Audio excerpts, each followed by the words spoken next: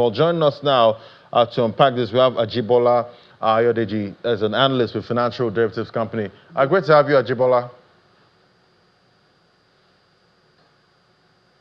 Good afternoon. Thanks for having me.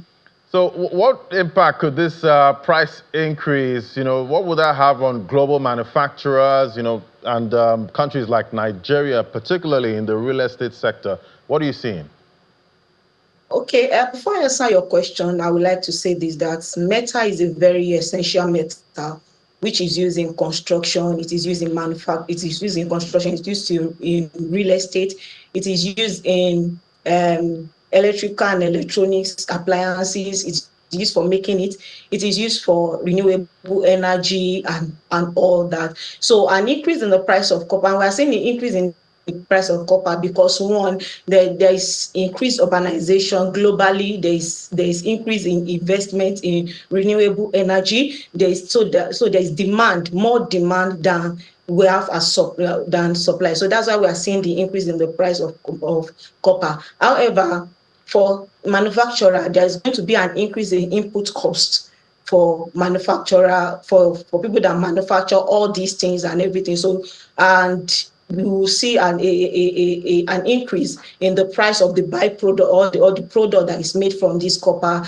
and for Nigeria, there will be increase in construction cost, and there will be increase in rent, which will bring about increase in rent and mortgage, so that we might be seeing an increase in rent, a further increase in rent and mortgage prices.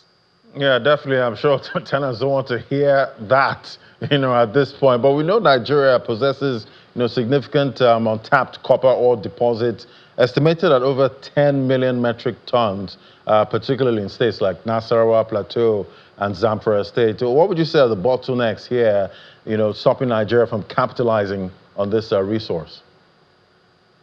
Okay, Nigeria is a country that is very rich in natural resources. However, we fail to tap into these resources. Why? Because one, there's lack of investment, especially when it comes to copper that we're discussing. There's lack of investment. What are the things that is causing this lack of investment? Is one, there's regulatory uncertainties, and there's the issue of security, which debar people or investors from coming into this sector, because we saw that Zamfara, Nasarawa, and Plateau, they are places that are very rich in this copper, so, and they are prone to insecurity issues. So because of these issues, it makes it's debar the investors from coming into that part. That's one. Another thing is the issue of access to road and rail network. Nigeria is very poor in this aspect, and when it comes to processing facility, we have not invested more in processing facilities, and Nigeria is not given incentive for exploration, which is giving room for illegal exploring of all these resources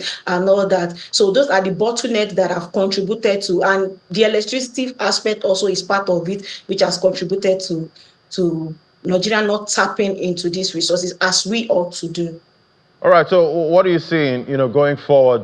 Is it a no-brainer? These prices will remain elevated throughout this year? Yes, according to EIU, they were saying that the price is going to remain elevated even till 2026 because of the strict restriction when it comes to environment in some countries, and due to the decarbonization campaign that is going.